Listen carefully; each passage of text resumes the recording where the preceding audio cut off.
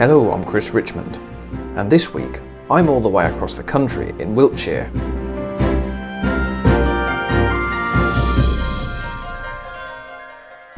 So what am I doing here all this way away from Norfolk? Well, I'm actually supposed to be visiting family, but I couldn't resist going on a few micro-adventures while I'm here. Now, I've been staying at this wonderful little holiday park called Hunter's Moon on the southern edge of the town. It's a collection of lovely log cabins, some of which are in the process of being done up. So, shall we have a look around? Right, so we're coming through this door here, and we're straight into the lounge and the kitchen, which is quite cosy. There's everything you'll need to survive a week here in the wilds of Warminster. Now, the lounge itself is quite nice. Two lovely leather sofas, which are wonderfully easy to clean, because of course I have the two dogs with me. Bless them. They love it here. They've had a wonderful week so far.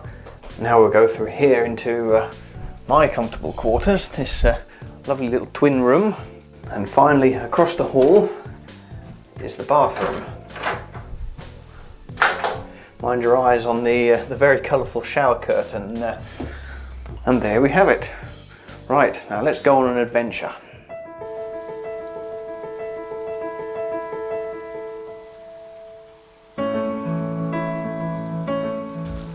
Right, now I'm going to take on a little walk from the campsite itself. On leaving the holiday park, we head southeast, crossing the River Wylie.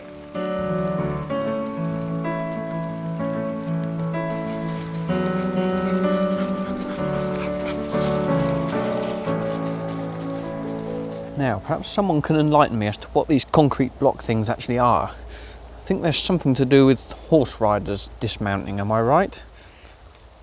It turns out those concrete blocks are indeed mounting blocks for horse riders.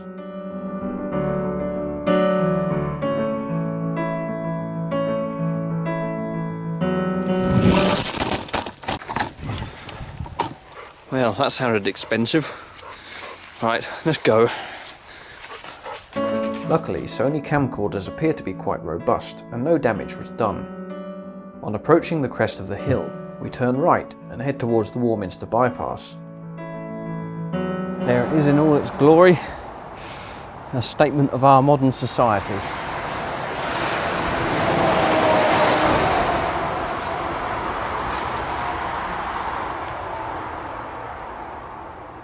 Now, it seems welly boots and a tolerance of mud are required for this walk.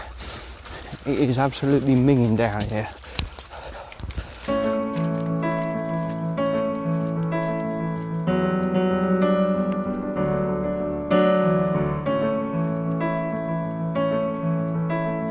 Right, so here we are in Southly Woods, which is part of Longleat Forest.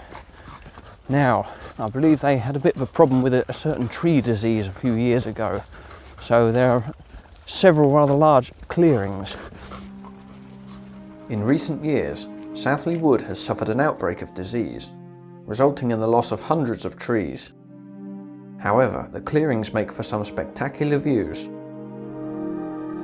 Now here you can see an interesting mix of trees. You can see larches, there are Scots pines, and even these Californian redwoods, like this one towering next to me. But there is a more unusual conifer tree which seems to grow here.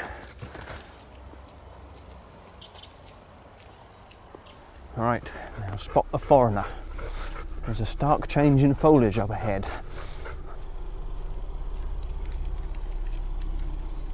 I think this is amazing.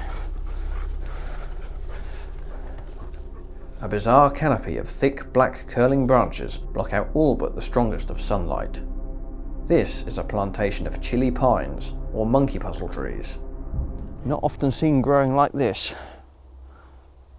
But what's the significance of it? Said to have been planted by the Longleat estate in the 1960s, the trees mark a rather historic earthworks called Robin Hood's Bower. At the edge of this plantation is a very obvious ditch that goes around the entire plantation.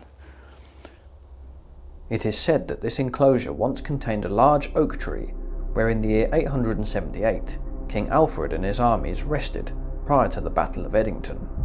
There are a couple of tree stumps in this area which predate the monkey puzzle trees, but it's unverified as to whether this was actually the site or not. The area was later used by the nonconformists of nearby Crockerton, but today appears to be used to perform some form of rituals, with stone circles and wicker wreaths adding to the already mysterious atmosphere here. Right, now we ain't here to play Scream Team, so let's walk back. With light fading fast, this clearly isn't the sort of place for a man and his dogs to linger after dark. After this little adventure, I'll never view a monkey puzzle tree the same way again. Well, I hope you enjoyed that little adventure. Now for the muddy walk back to the cabin. Now, on return to the cabin with two rather muddy spaniels, there's only one thing left to do.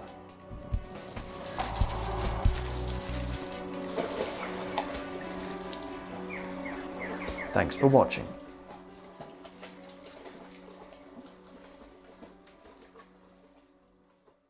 Now for the obligatory closing paragraph. If you enjoy following my quirky, if slightly self-indulgent adventures, please don't forget to like and subscribe. This filmmaking lark just wouldn't be worth it without the support of watchers like you. Until next time, thanks for watching, and goodbye.